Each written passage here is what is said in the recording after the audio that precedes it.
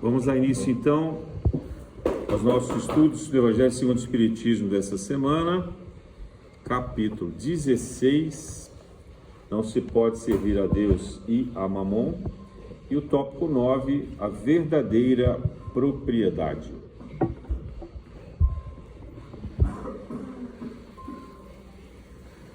Kardec, quando trabalhava na revelação espírita, ele estava vivenciando ali, no meio do século XIX, uma forte discussão sobre a situação econômica. Isso era algo relativamente inédito, porque sempre quando se discutiu sobre dinheiro, sobre propriedade, era dentro de um contexto muito limitado ou preso à tradição teocrática, isso é, ao controle das igrejas, da religião, né? Isso aconteceu muito durante a Idade Média, ou então antes, na época de Jesus, dentro também de Jerusalém, ainda sob o domínio dos sacerdotes, também do Império Romano e outros grandes impérios por aí afora. Não teve muito espaço para a gente discutir sobre dinheiro, sobre economia, sobre riquezas e sobre propriedade. Mas na época de Kardec, isso estava na efervescência. Começava a se mudar aquilo que era uma situação tida como um governo absolutista, ou seja, tinha-se reis que podiam tudo, fazer o que eles quisessem, e criavam as próprias leis, para um modelo que caminhou para uma constituição, para um pacto social, né? Aqueles que antecederam Kardec ficaram famosos durante a Revolução Francesa, como Rousseau, por exemplo, tratando do contrato social. Então começou a se discutir que não podia ser o rei ou os governantes, os nobres ou a igreja a definir como deveria ser o curso da economia, a cobrança de impostos, a organização social e, por fim, até a propriedade. E uma das coisas que esses homens valorosos, embora tenham se perdido bastante depois, infelizmente, nas revoluções internas, era de trazer um conceito de democracia, ou um conceito, no mínimo, de instituição social. Então, era ali naquele ponto em que não apenas a gente chegava a uma alfabetização da sociedade, mas também a condição de se discutir sobre direitos, né? E isso fazia com que também se pudesse discutir religião e espiritualidade ao mesmo tempo. Então, foi um momento de grande ebulição, né? A gente pode chamar isso pela filosofia como um momento do iluminismo, outros chamam isso como o período da Revolução Industrial e assim por diante.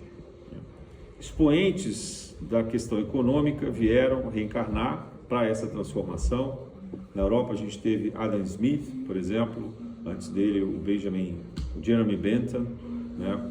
E outros grandes pensadores ingleses ali, que começaram a trabalhar a ideia do dinheiro, da economia, da propriedade, a partir de um conceito de direitos também sociais, né? Nós tivemos do lado socialista, comunista, né, Karl Marx, Engels, que era inglês, mas acabou trabalhando com ele, e grandes outros pensadores socialistas também. Então, mas tudo isso dentro de um contexto materialista. E Kardec surge ali com a revelação espírita. É claro que esses fenômenos influenciaram Kardec.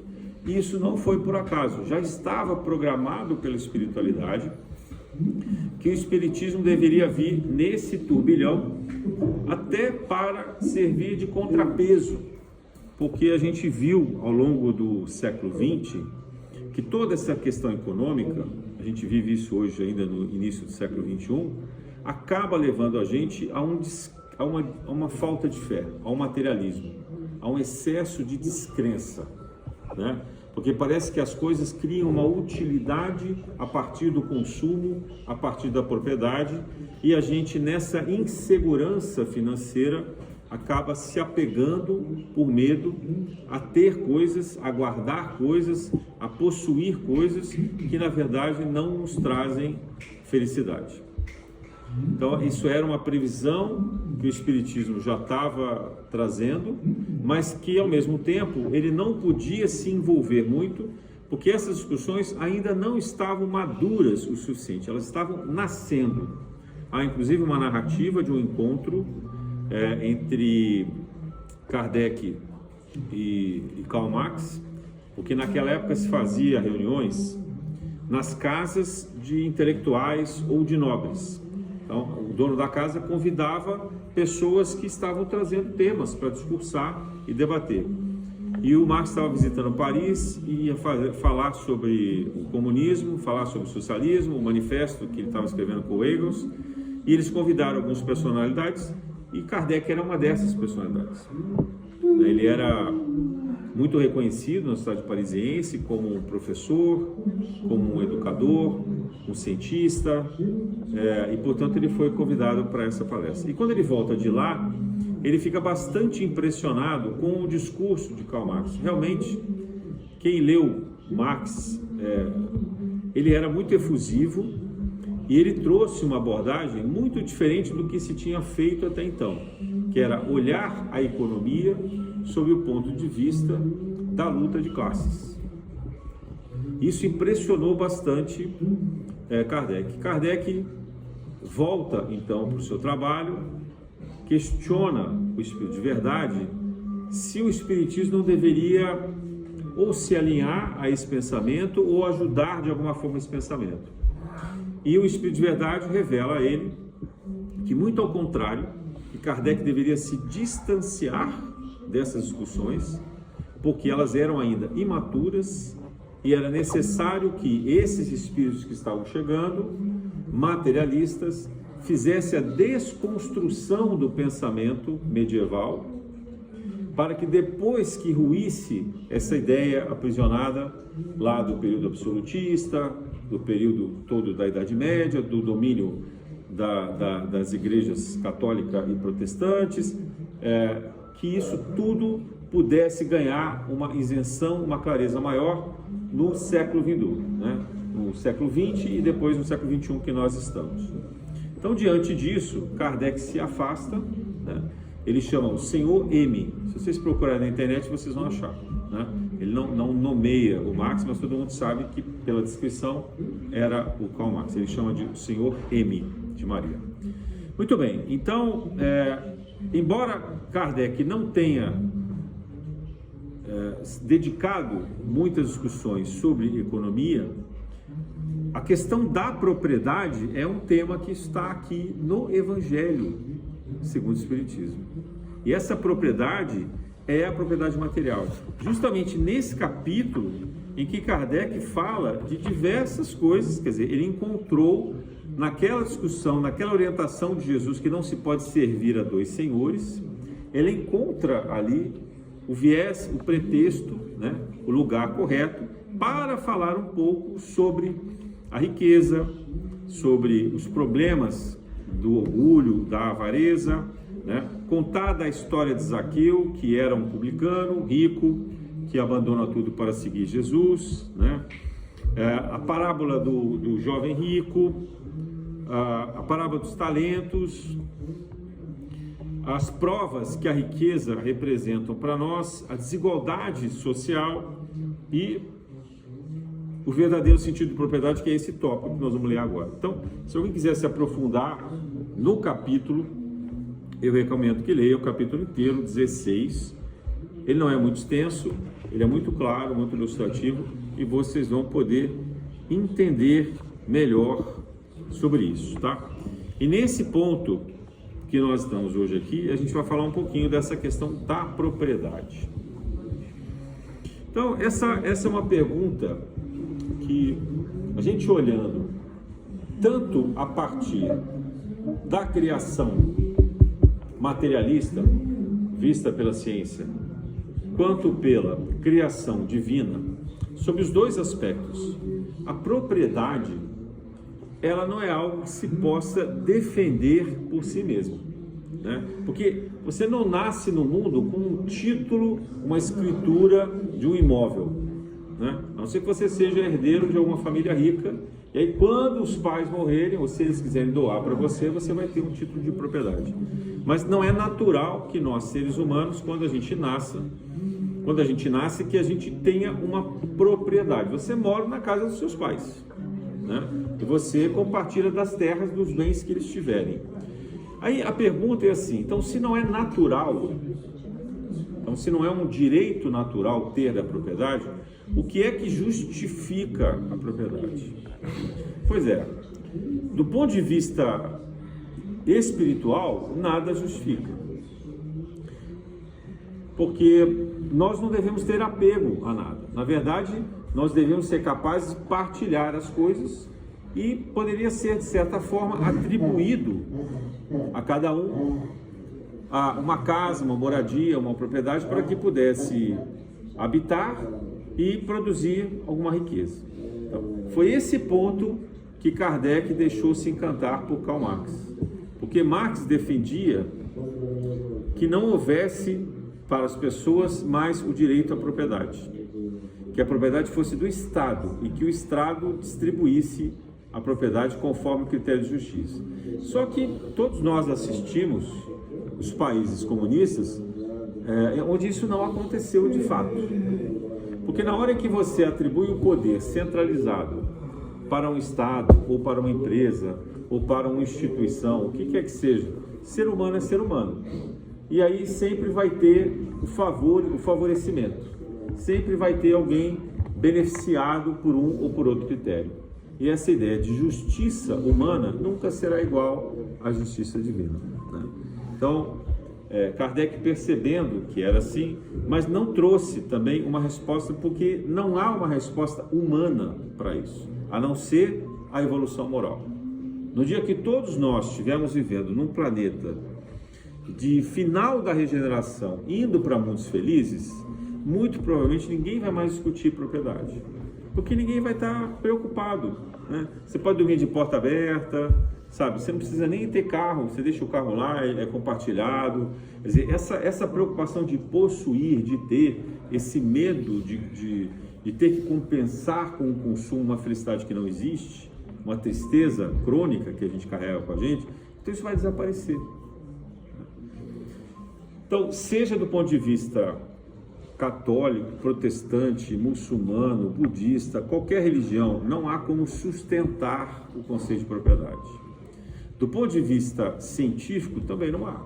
Porque como que você vai atribuir um critério de distribuição dessa propriedade? Então, o que nós temos é um modelo transitório. Enquanto nós não somos evoluídos moralmente o suficiente para poder conviver pacificamente em sociedade, nós precisamos de leis, de normas que nos governam.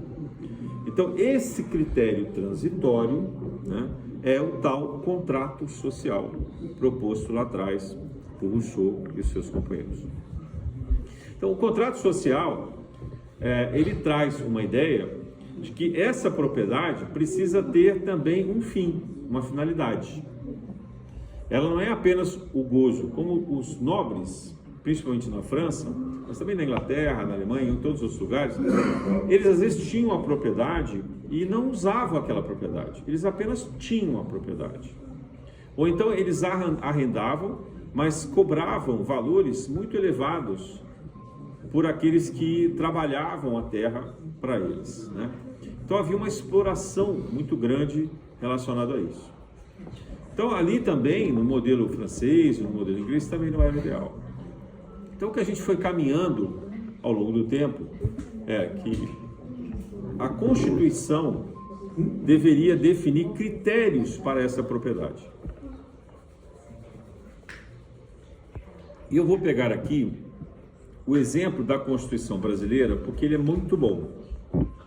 Então, a Constituição diz que todos nós temos direitos sociais, ou seja, nós temos direito de ter uma propriedade, ao menos, e que essa propriedade possa garantir a nossa subsistência, bem como a nossa segurança, o nosso bem-estar e meios de produção. E que essa propriedade, ela deve ter uma finalidade social. Ou seja, Você não pode ter um imóvel simplesmente para que ele se valorize no futuro, para você especular. A gente vê isso nas cidades. O Rio de Janeiro é uma cidade muito antiga, então a gente vê muitos imóveis abandonados, né? Muitos terrenos baldios, às vezes imóveis que estão desmoronando e ninguém faz nada. Por quê? Porque isso é especulação imobiliária. A pessoa às vezes compra imóveis que estão com problema de inventário, ou que não tem herdeiros de fato, ou porque eles tomaram posse desses lugares e por aí afora. Então, apesar da aplicação da lei no Brasil ser falha, a lei em si, que é a Constituição, é uma lei boa, que ela fala que todos deveriam ter direito à propriedade e que essa propriedade deveria ter uma função social. Bom, essa ideia resume bem aquilo que no modelo de transição, né, que a gente vive hoje, para o mundo de regeneração, que a gente pudesse ganhar essa consciência de propriedade. Só que, ao invés de Kardec propor que isso seja algo do Estado ou institucionalizado, o Espiritismo nos traz o convite para nós aceitarmos e praticarmos a propriedade a partir da nossa própria consciência. Então veja, o Espiritismo inaugura a era do Espírito, ou seja, da gente provocar as nossas escolhas e as nossas atitudes a partir da nossa consciência. Então cabe a nós, pelos recursos que nós temos, pelas condições e de habilidades sociais que nós desenvolvemos, de aplicar corretamente a posse, o comércio e a destinação das propriedades. Então, a partir dali, não importa mais se a distribuição da propriedade é igualitária ou não. O que importa é a capacidade do espírito fazer o uso correto da propriedade que detém. Então, imaginemos a seguinte maneira: você tem uma pessoa muito humilde, muito pobre, miserável, e que ela tem uma casinha pequenininha, né? Um quarto de despejo, né? Como a gente ouvia na literatura brasileira, né? Tem um quartinho pequeno e ela usa esse quarto para sua sobrevivência, porque ela trabalha fora e chega ali apenas para reclinar a sua cabeça e dormir. Agora, essa pessoa, na condição que ela vem encarnada, ela também não tem muita capacidade de fazer uso desse recurso, desse imóvel, de uma forma empreendedora, digamos assim, né?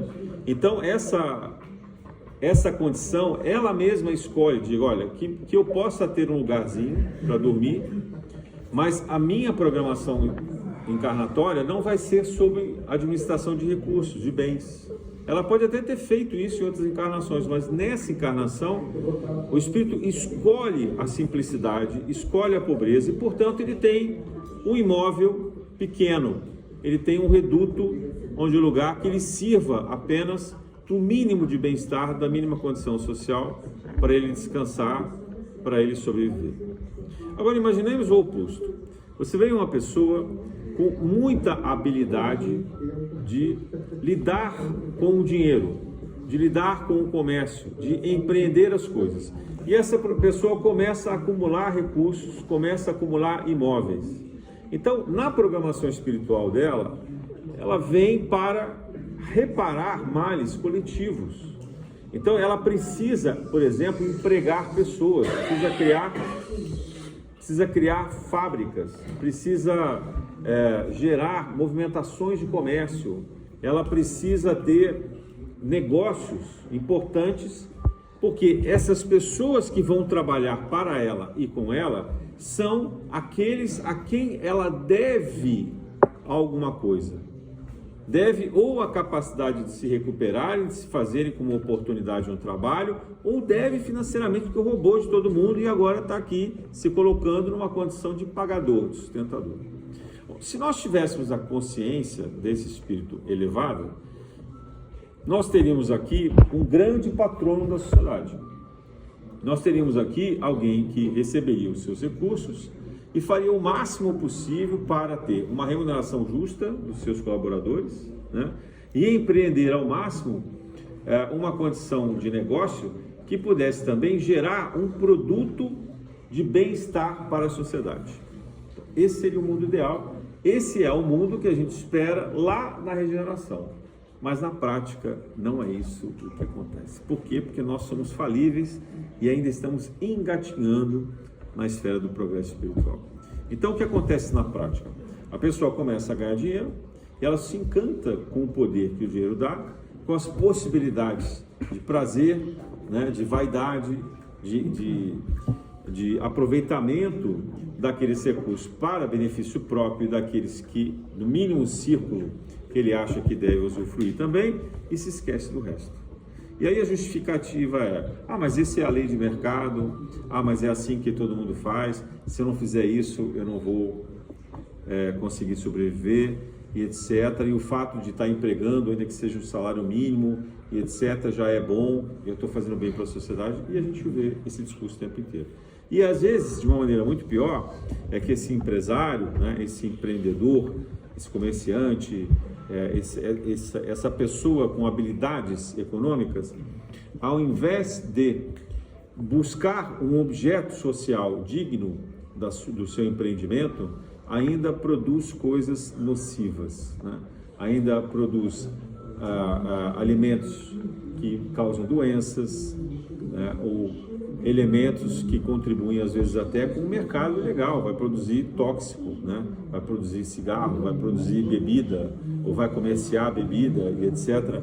Então acabam se rendendo a uma condição empreendedora que ela, além de não preencher totalmente os requisitos de bem-estar dos seus colaboradores, ainda provocam na sociedade um mal-estar coletivo. Gente, tem exceção? Tem. Eu não estou fazendo aqui nenhum discurso econômico nem político de falar mal de ninguém. Eu apenas estou conceituando, não importa o lado político que cada um defenda. O que eu estou dizendo é, na época de Jesus, isso já existia, né? Se tinha, por exemplo, José de Arimateia, que era um grande comerciante. Diz a tradição cristã que José de Arimateia ele fazia o comércio de bens entre a Palestina, né, onde Jesus vivia ali, com vários países distantes, até a Índia, o Egito e etc. E que quando Jesus era adolescente, ele teria até acompanhado José de Arimateia nessas viagens, e por ali ele teria passado nessas regiões, né, teria aprendido a cultura desses lugares. E José de Arimateia era um empreendedor justo, era um empreendedor preocupado em fazer um comércio do bem. Então, não há nenhum problema com o dinheiro e nem com o comércio, nem com o empreendimento, de nenhuma forma. O que há ali é uma oportunidade da gente praticar o bem, da gente ser correto na atividade que a gente exerce. Então, José de Arimateia é o exemplo bíblico que a gente melhor conhece para poder exemplificar esse caso. Certamente tinham outros lá, mas que a gente não sabe, né?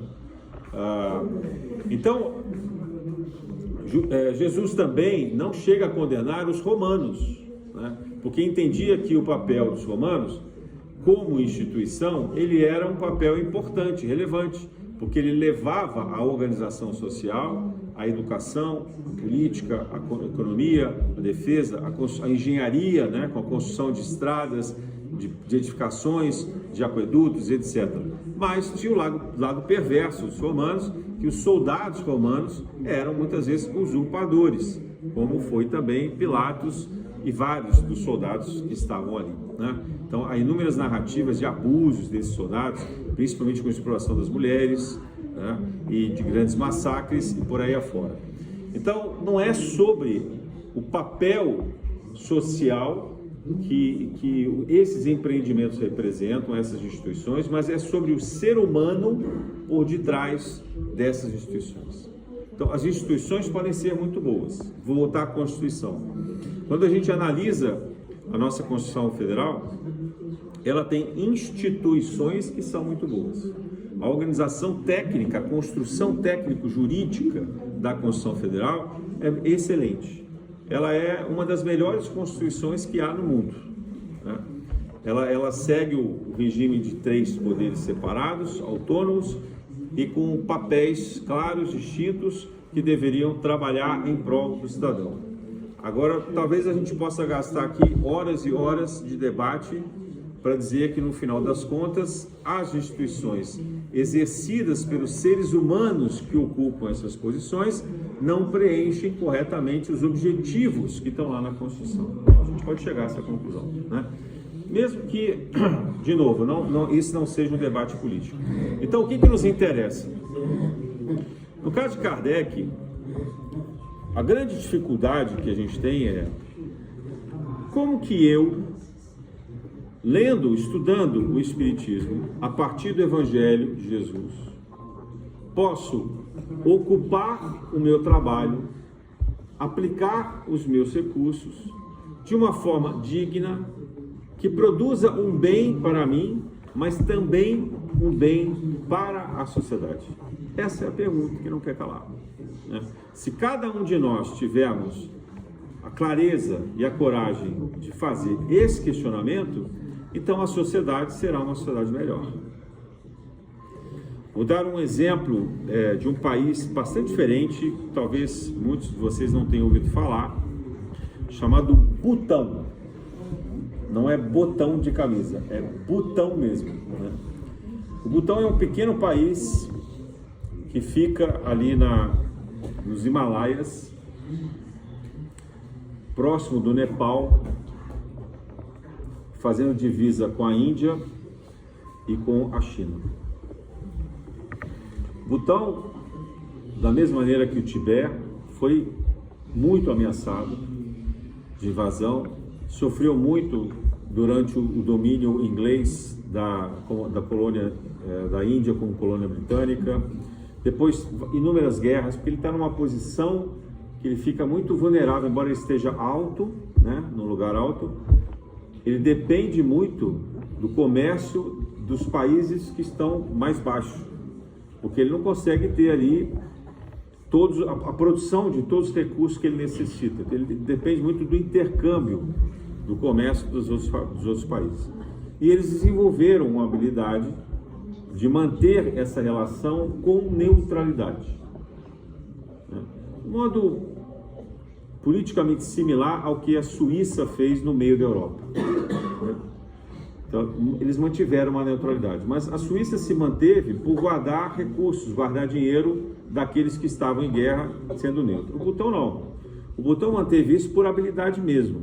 E eles tinham uma tradição religiosa muito grande, era uma teocracia, seguindo uma das vertentes do budismo, e o seu último imperador, meados do século passado, ele percebeu o seguinte: estudando no Ocidente a filosofia, a economia, as ciências ocidentais que tinham evoluído, ele se deu conta que a melhor forma dele exercer o seu reinado era se ele abdicasse do trono, se ele deixasse de ser rei, e que ele pegasse os seus recursos e distribuísse de uma forma equitativa entre os seus habitantes, e criasse uma organização, instituições sérias, que pudessem policiar ou dirigir bem essa organização.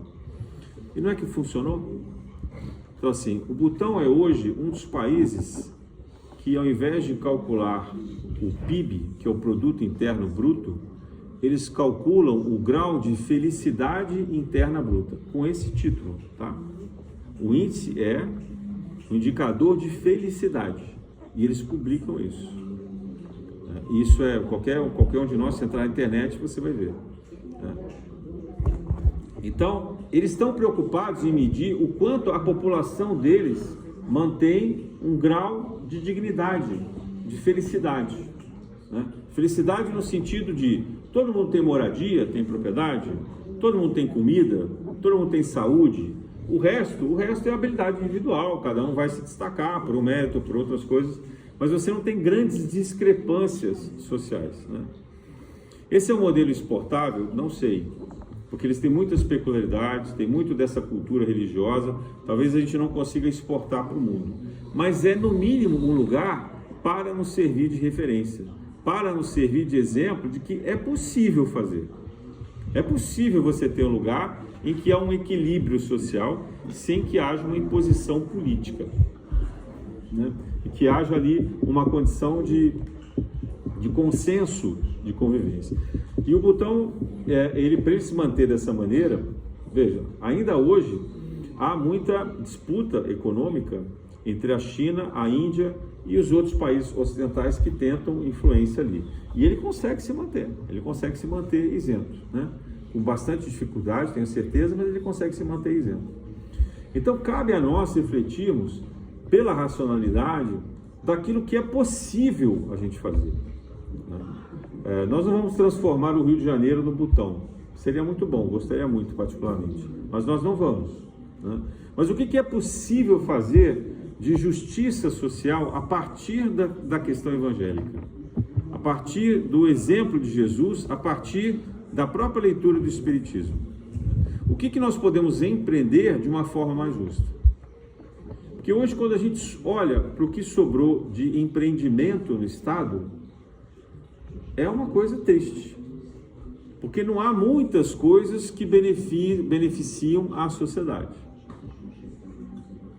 A gente tem petróleo, que é uma exploração que a gente está vendo nociva, que tem contaminado a atmosfera, que está contribuindo demais para o impacto econômico, mas a gente ainda precisa dessa produção de energia, mas essa é a maior riqueza do nosso Estado, né?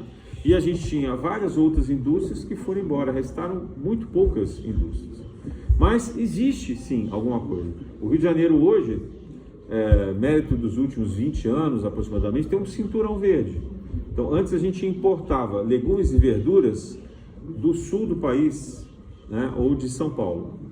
Hoje em dia, essa região toda serrana produz os vegetais, os alimentos básicos que nós precisamos. Isso é uma grande conquista, porque isso é um trabalho que gera dignidade no campo, principalmente com a agricultura orgânica, que é onde o Estado consegue produzir bastante e gerar valor, né? Então não torna tóxico aquele chão, aquela terra, e ainda produz saúde. Então isso é uma opção excelente, né?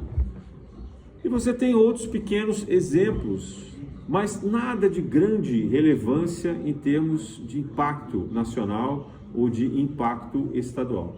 Então essa é uma grande oportunidade, né? A cidade do Rio de Janeiro vive muito do turismo, do comércio. O turismo é uma coisa saudável? Pode ser, como pode não ser, né? Enquanto entretenimento, enquanto produção de alegria, de oportunidade, de descompressão social, é excelente. Agora, quando isso vira o exagero, né? Isso produz a promiscuidade, e se cria o ambiente fértil para a drogadição, né? Porque aí nesses eventos, nessas festas, as pessoas querem consumir drogas, querem consumir mais bebidas, né? Ou querem praticar sexo de uma forma desequilibrada. Então isso não é bom, né? Ah, mas o evento que é ruim? Não, o evento não é ruim. O carnaval não é ruim, as festas não são ruins. Ruins são as atitudes que nós tomamos. Mas não me parece que haja um debate na sociedade sobre o efeito nocivo desses eventos sociais. Pelo contrário, todo mundo faz de conta que eles não existem e só tentam olhar os benefícios econômicos que esses eventos trazem, né? Então os argumentos dos governantes são: mas vieram tantos turistas e gastaram $500 por dia e a cidade conseguiu arrecadar não sei quanto de imposto e gerar não sei quanto de riqueza. Será que esse sozinho é um argumento válido? É isso que Kardec está provocando a gente, sabe? Será que a gente não precisa de uma equação mais crítica? Será que a gente não precisa pensar na sociedade não apenas no benefício econômico, mas no impacto social e no impacto ambiental que isso produz? Vejam o que a gente está passando hoje com esse evento lá no Pará, da COP30, que vai acontecer em novembro, né? Os estrangeiros estão escandalizados com a quantidade de danos ambientais que se produziu só para fazer esse evento. Inúmeras árvores que foram cortadas, né? A quantidade de poluição gerada e, no final, agora, a exploração do preço de hotelaria. Então, não é sobre política, é sobre o evento com seu impacto social. Então, Então, quando o Espiritismo nos provoca a consciência, é assim: será que a gente está realmente preocupado com o bem que a gente vai produzir na sociedade? Ou esse bem se traduz apenas em riqueza material? Será que é apenas dinheiro? Será que é sobre dinheiro? Né? Eu trabalhei durante muitos anos em uma empresa das maiores mineradoras do mundo. E vou dizer para vocês, era uma engenharia impressionante, maravilhosa, um trabalho incrível de tecnologia, né, de produção de riqueza, de bens. Mas eu me pergunto, ainda hoje, será que vale a pena? Drummond tem um poema que ele falava de Itabira, onde ele dizia que da janela dele ele via um morro de Itabira. E com o tempo esse morro foi desaparecendo, porque ali começaram as usinas de mineração. E aquilo que era um morro, que para ele era o marco da cidade, que era um morro que acalentava esperanças, trazia a paisagem, dava ambientação, de repente, um belo dia, virou um buraco. O morro desapareceu e acabou Itabira. Né? Então, nesse poema singelo de Drummond, ele faz uma crítica social, não à capacidade econômica, tecnológica, administrativa daqueles que exploram ou fazem a extração dos minérios, mas a capacidade social, o olhar para aquela comunidade, né? O retorno efetivo do bem. Será que aquela população de Itabira teve algum benefício efetivo com a exploração daquele morro? Será que eles se tornaram menos pobres? Será que eles se tornaram mais gente por ter deixado extrair aquele minério? Né? Imagina que aqui na cidade do Rio de Janeiro, uma grande empresa descobrisse que o Morro do Corcovado, ele é, na verdade, riquíssimo em terras raras, que está na moda. E alguém dissesse assim: olha, a gente vai ter que tirar o Corcovado porque a gente precisa gerar terras raras para fabricar celular, para fabricar automóvel, né, para produzir tecnologia. O que aconteceria com o Rio de Janeiro se você tirasse primeiro o Corcovado, depois o Pão de Açúcar, depois o Morro dos Irmãos, a Pedra da Gávea? Vocês entendem o valor cultural que isso tem? Será que justifica você extrair dali uma riqueza mineral dessa maneira? Será que é esse o melhor caminho para a sociedade?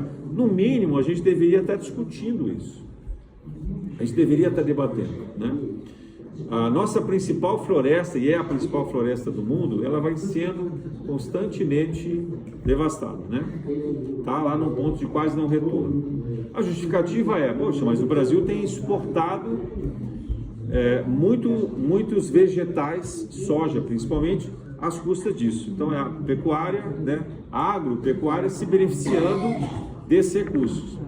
Nós já vimos secar o Pantanal, agora nós estamos vendo a floresta definhando. Então, quando a gente pensa nessa discussão, não é o olhar político que deve dirigir essa questão.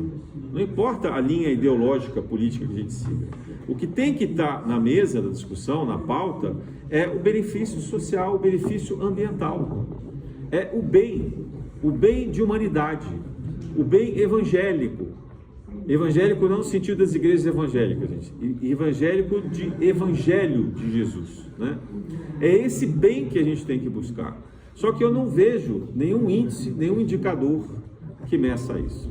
Na verdade, quando eu trabalhava nessa grande empresa, teve um diretor muito bem intencionado que foi buscar na antiga União Soviética um cálculo que atribuísse uma forma de reconhecimento e valorização da comunidade afetada pela extração de minérios.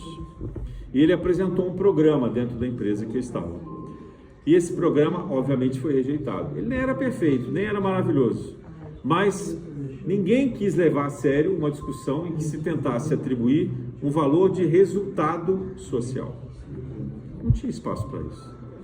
Olha, a gente faz o seguinte: a gente paga uma pequena indenização, a gente constrói um hospital, uma escola, faz uma estrada, emprega as pessoas dali e acabou. E a cidade ainda piora muito, muitas vezes, porque você faz esse tipo de invasão, né? Quando a gente constrói uma hidrelétrica como Belo Monte, em terras indígenas, né? Com corrupção, com danos ambientais, de uma forma imperfeita, como se vê hoje, será que o debate correto era do benefício da eletricidade que se ganhou com isso, ou era do malefício causado ao impacto cultural, ambiental que se tem ali? Por favor, pode ser que vocês tenham argumentos que eu não tenho para defender esses empreendimentos. Meu ponto aqui é trazer: será que alguém pensou nisso? Será que houve de fato uma preocupação com o bem em si, o bem social, o bem da natureza, o bem para todo o planeta, né? E eu vou dizer mais: hoje em dia, com a força de impacto que nós temos de destruição, a gente não pode pensar apenas no bem do planeta, a gente tem que pensar no bem do sistema solar. Porque uma atividade, como estão propondo, de lançar bombas atômicas em Marte para a extração de minério, pode desestabilizar todo o sistema solar. Mas alguém está discutindo esse impacto? Ou quando alguém faz testes nucleares nos atóis, como foram feitos em várias nações ricas desse país que detêm a bomba atômica, por acaso se preocupou com o impacto que esses testes nucleares causaram naquelas comunidades marinhas, na instabilidade das placas tectônicas que estavam naquela região, né? No impacto de longo prazo dessa radiação contaminando os oceanos, os animais, e nós consumindo os peixes, as algas e etc., né? Essa água circulando o planeta inteiro. Vocês acham mesmo que isso não chega em nós, de alguma maneira? Então, eu quando penso em Kardec e no Espiritismo, eu vejo isso como uma coisa muito atual, porque é sobre esse debate que está sendo colocado à prova. O que é que eu vou fazer com a riqueza que está à minha disposição? O que é que eu vou fazer com a riqueza que chega às minhas mãos, com os recursos que eu tenho?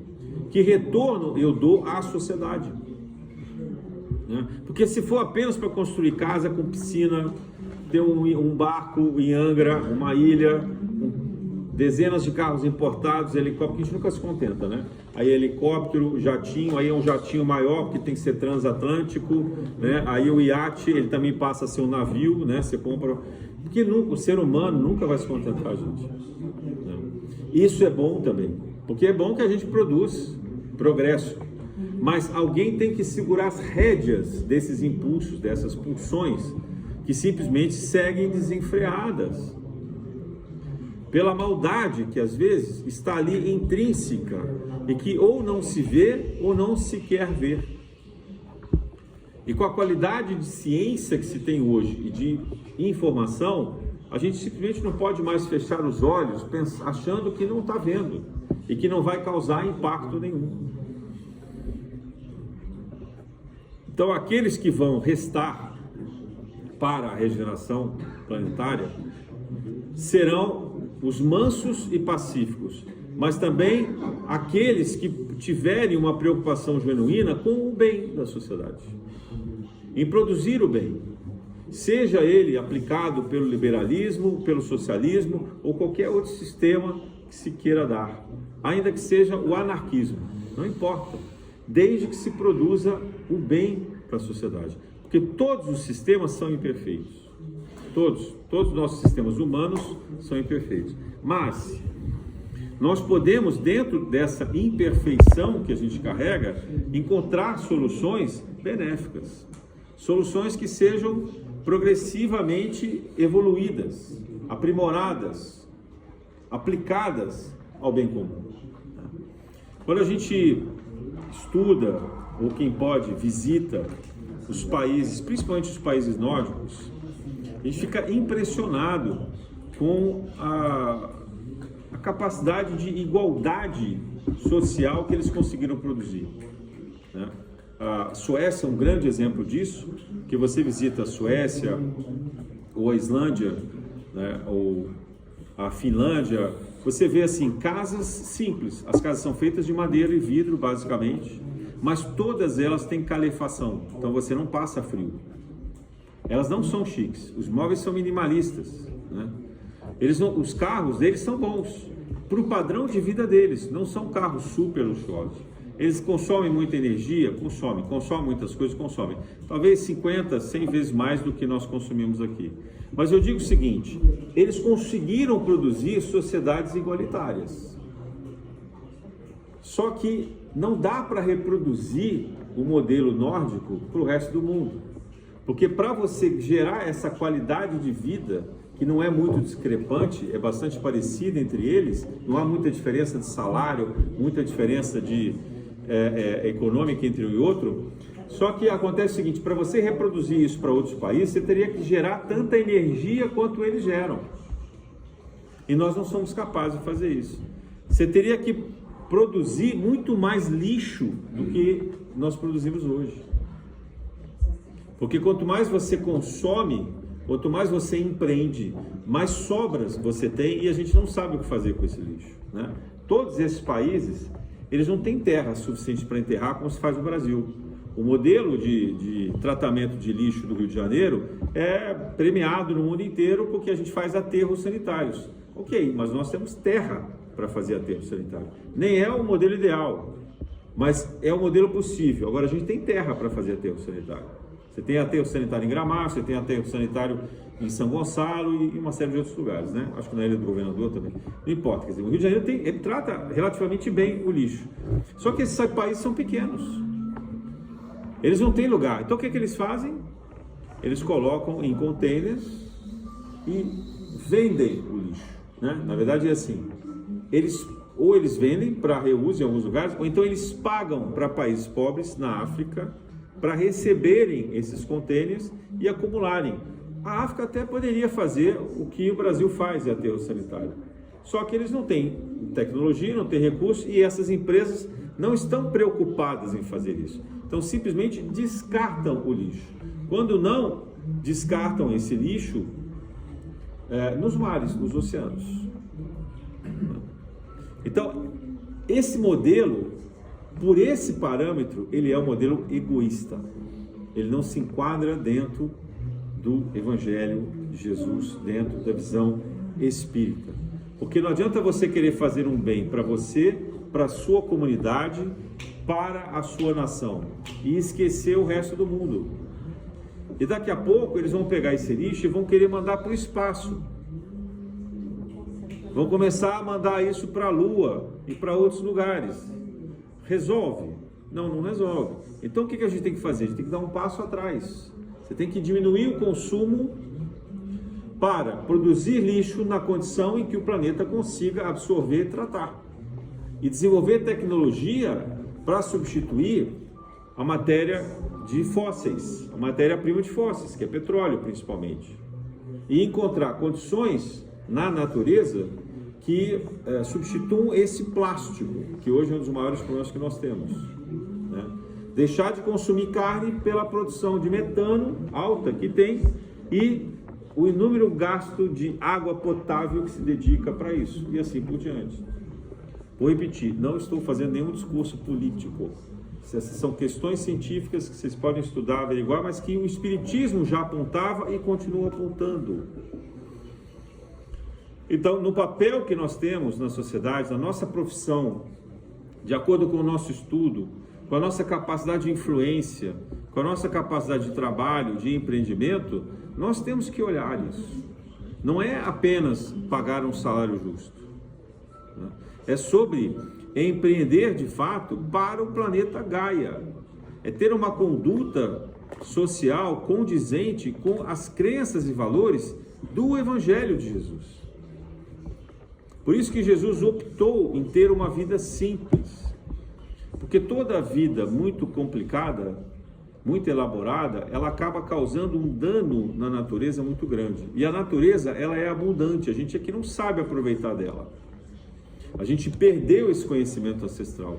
A gente, quando os europeus chegaram na América, eles acharam que os índios eram ignorantes, que eles deviam ser colonizados, que eles deviam ser cristianizados, que eles tinham que ser vestidos, né? O Oswald de Andrade brinca com isso.